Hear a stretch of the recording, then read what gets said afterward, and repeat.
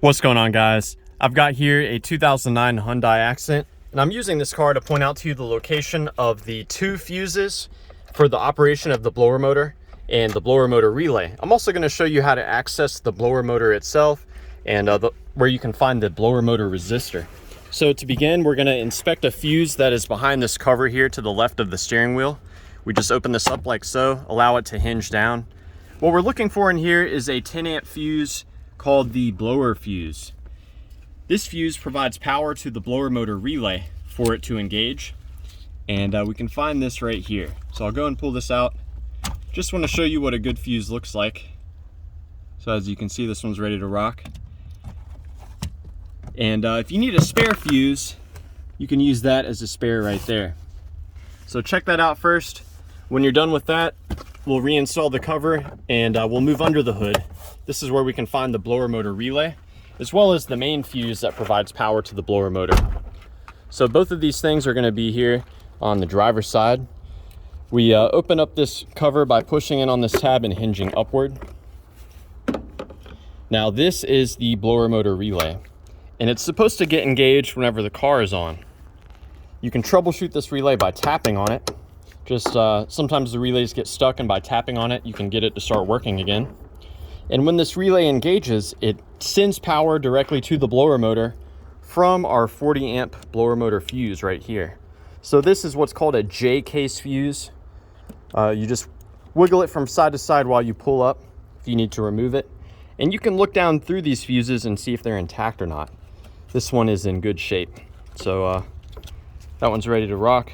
Now, one thing you can do is you can swap the blower motor with the main relay. So these relays are identical. Swapping them, just a troubleshooting step. This main relay is important for the car to run. So if you swap these and then your car stops running, then you know that your original blower motor relay is no good. Now let's move inside the car on the passenger side. We can take a look at the blower motor itself. Now the blower motor relay, all the fuses that I pointed out to you, those only provide power to the blower motor. For the motor to actually run, it needs to get ground. And that ground comes in from this switch. Traveling from that switch, it goes to our blower motor resistor here. Those two components work together to provide power, to provide a ground for that blower motor. And the ground comes in at different strengths. That's what determines the speed that the blower motor operates at. Now this is the bottom of the blower motor. Much like the relay, a great troubleshooting step is to whack on the bottom of it.